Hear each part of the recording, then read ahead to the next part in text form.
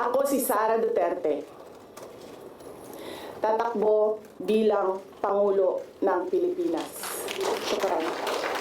Pagbati po sa inyong lahat mga kababayan at mga mahal po naming taga-subaybay. Ako po si Just Vlog at namamaos tayo ngayon. Oo, pero pipilitin po namin na makapaghatid sa inyo ng mga nagbabaga at umuusok, nagliliyab na balita ngayong umaga mga kababayan.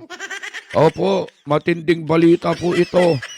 Breaking news po ito mga kababayan. Opo. Si BP Sara po kasi mga kababayan ay nagpahayag na. Nagpahayag na po na siya ay tatakbo bilang presidente ng Pilipinas sa 2028 mga kababayan. Siya po ay nagsagawa ng press con kanina sa kanyang opisina at yun po ang gusto naming ipapanood sa inyo sa pagkakataong ito. Huwag na natin patagalin pa mga kababayan, panoorin natin ang sabay-sabay ang bidyong ito. Magandang umaga. Statement nila. Yeah. Okay.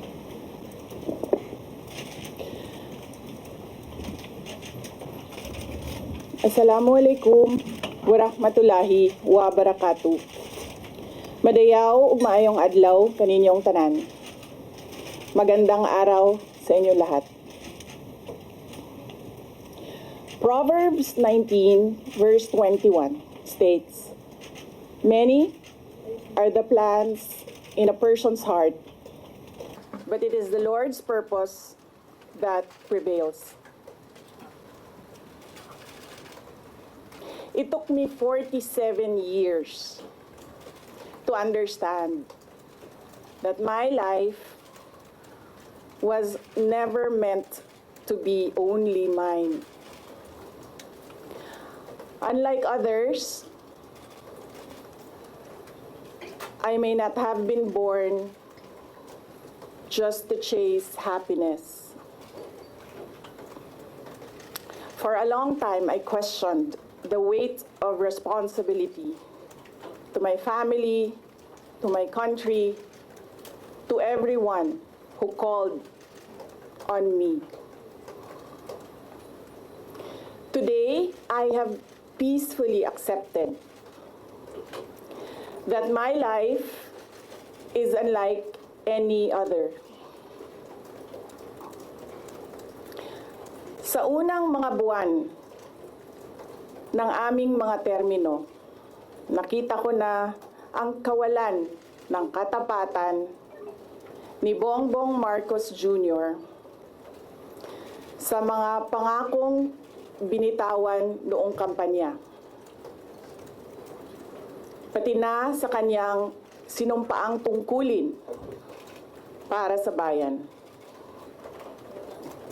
Dahil hindi ko kinaya na maging bahagi ng 2025 national budget na tadtad ng katiwalian, pinili kong umalis sa kabinete. Kahit alam ko na mula pa noong 2023 na ang magiging kapalit ay ang aking impeachment. Mga kababayan, humihingi ako ng paumanhin. Patawad kung tinulungan ko mahalal si BBM bilang Pangulo ng ating bansa.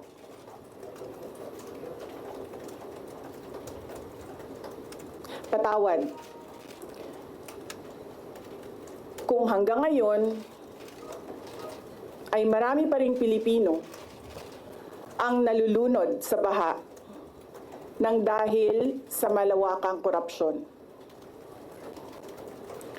Patawad kung lantaran ang pang-aabuso ng ating mga institusyon para sa pansariling interes ng mga politiko. Patawad kung patuloy ang pagtaas ng presyo ng mga pangunahing bilihin habang nananatiling kapos ang kita ng bawat pamilya. Patawad kung wala man lang tayong tunay na seguridad sa pagkain. Patawad kung may nagkakasakit at binabawian bigla ng buhay dahil sa kakulangan ng maayos at epektibong healthcare system.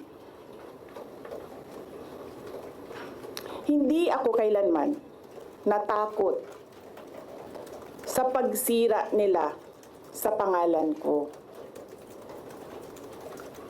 Ngunit, may takot ako para sa ating mga anak. May takot ako para sa susunod na henerasyon.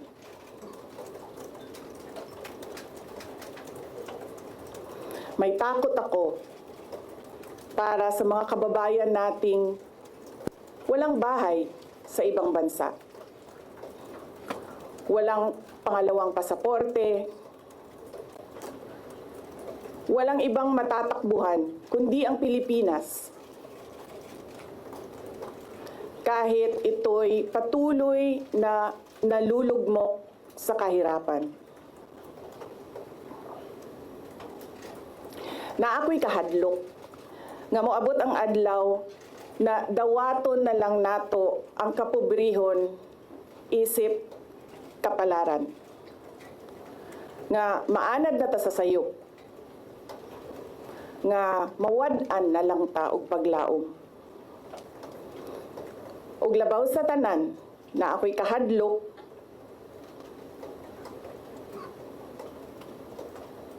nga moabot ang adlaw nga wala na tay Pilipinas nga ikahatag sa atong mga anak. I cannot kneel before each and every Filipino to beg for forgiveness. Instead, I offer my life, my strength, and my future in the service of our nation. Mga kababayan, ibalik natin ang tapang at malasakit para sa Diyos, sa bayan, at para sa bawat pamilyang Pilipino. Ako si Sara Duterte, tatakbo bilang Pangulo ng Pilipinas. Shukran. Any questions? First question. Next time na ang question. Oh. Thank you. Good morning. Iniwan ko kay JC yung kabuuan ng speech.